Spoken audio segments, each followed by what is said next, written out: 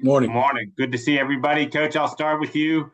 7-5 a year ago, but I know we've worked together long enough. I know the playoffs is the goal, and you guys came up just short of that. As you head into this year, how do you feel about this year's group and getting to that postseason? Yeah, we are extremely excited about this year's group. There's a high level of optimism. There's guys that have demonstrated performance, particularly on the field. There's several that are here that are still playing that played in 22. We won the conference championship back then. Those guys are older now. They're mature. They've played in significant amount of games, and they're part of our leadership. You're talking to two guys. You're getting ready to talk to two guys that were part of that in 22, and now they're captains. And there's several players like them that have been here, that have been here during the summer, that have been endured the elements. That have a lot of them have graduated in terms of having another year of eligibility, but they graduate and they're coming back, and it's been really great to see that there's a level of commitment here by kids staying, by kids wanting to pursue that degree, and then by pursuing a championship because we know what it feels like, and that's a standard. Jalen, I'll go to you next. What a season you had a year ago. Consensus All American, led the country and passes defended. Coming off a year like that, and you're surrounded by some newer faces. What are your goals and expectations? And have you had to take on a little more of a leadership role this year? For me, my goals and expectations, they don't really change. Being the best at my position for myself is something I've always strived to do. As for the team, building our team culture, building that camaraderie, getting to know everyone, being able to have the best team chemistry possible to have the best unit in the country has always been the goal. And we are definitely flourishing at that right now. And Trey, for you, preseason All CAA team, got some preseason All America recognition. And as you enter the season, what are some of the expectations and goals you've set for yourself? Like Jalen said, goals, expectations stay exactly the same on or off the field. Our culture this year, I just feel like is different. Thank Coach Reed, our new strength coach, just built that over the summer session, over the spring session, going into this fall camp.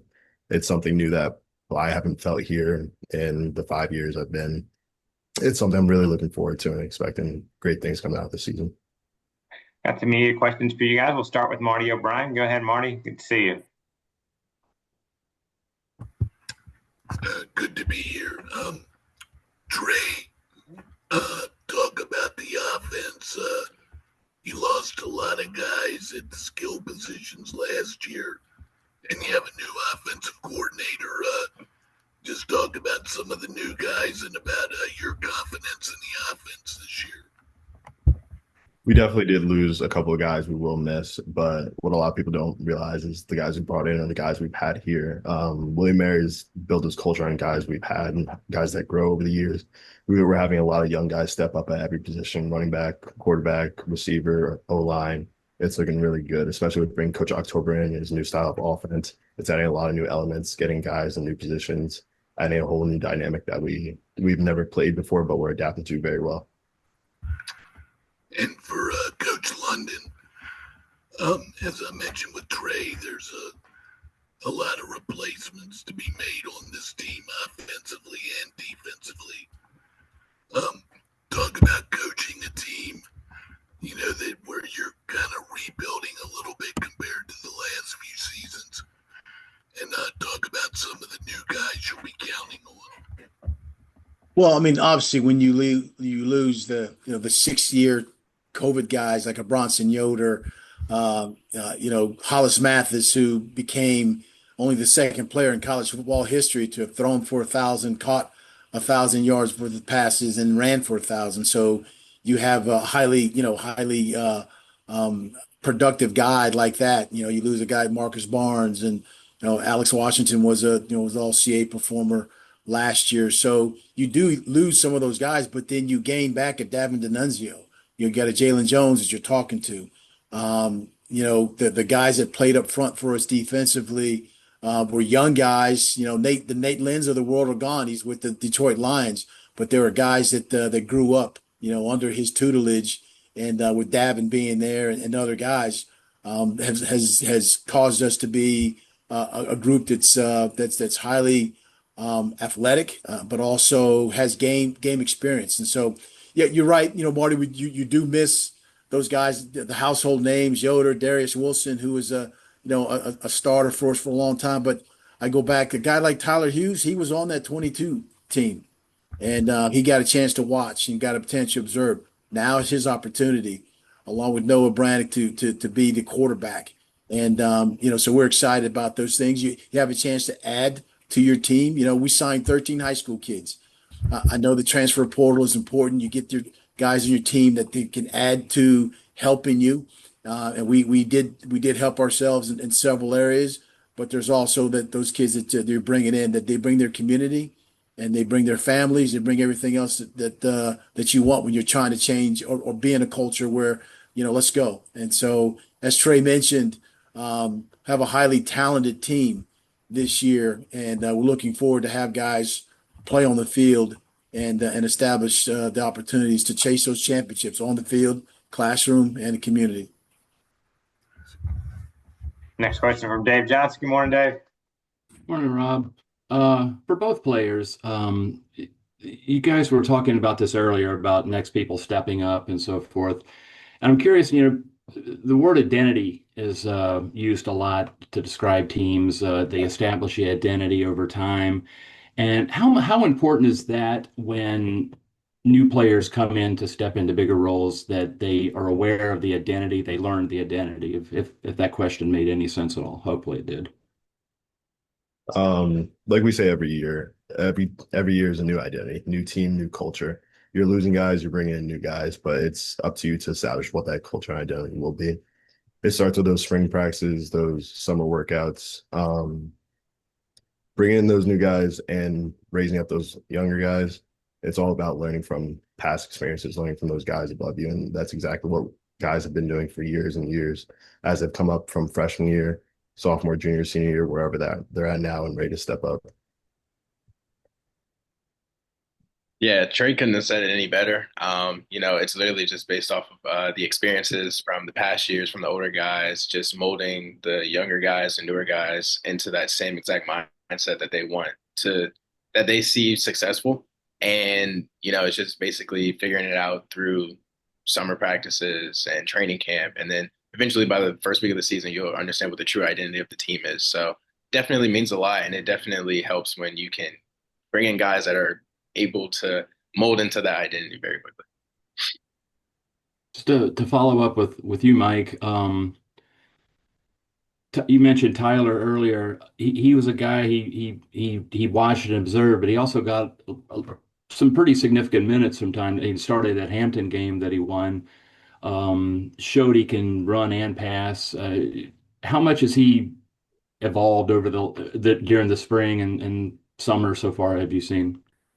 He's matured at a level that a guy that wants to be successful, that loves this game, he's got a chance to be special. And when you have a young man that's kind of sat and watched, and people have played in front of him, but still kind of has emerged now as one of our leaders. We have captains, which the players voted for, but he is in the leadership council as one of those guys that you can call on, and he'll have every opportunity to express himself in terms of running our offense, being a leader of this team. And I think he's special. And again, you can only prove those things when you play. Like any team, this is the day that we talk about the good things, the tough things, but your on the field play is going to be the thing that's going to determine all of it. But I think Tyler, I know Tyler has a chance to be really good, and he's surrounded by really good players, and it's going to be interesting to see, because it's a thing now. It's his opportunity as we start moving forward. Thanks. Thank you. Next question, guys, from Azar. Go ahead, Azar. Hey, Coach, how's it going? Good. All right. I wanted to talk about from last season going into this season. You guys did have a winning record, but at the same time, it wasn't the record that I'm pretty sure it was not up to your expectation. I want to use the word inconsistency. Um, in some games, like some games you look exactly who we thought you were, winning games. Some games it were just tough losses, and that comes with the season. That always happens with any great team. What do you think were some of the things or the reasons why you didn't finish up to your expectations? And what do you think you did in the offseason to correct that to make sure that that doesn't happen again? Knowing your personality, I know you'll make sure that will not happen again. No, I appreciate the question. Obviously, you got to be self-reflective as a coach and make sure you go back and look at could you have made better calls? Could you have done things in certain situations? Sometimes injuries come into play, but that's, everybody has injuries. I think we've addressed and will address the ability to limit the post-snap penalties. Those things like that causes extensions for the opposite team to have a drive. Those things are critically important, and you got to see that things that we've talked about, non-negotiables, and some of the things that can cause you to lose are your reactions to certain things. And then not executing towards the latter part of those games. Not have dropping passes or not defending. You lose an opportunity to win a game that will put you in the conversation to be involved in being a playoff team.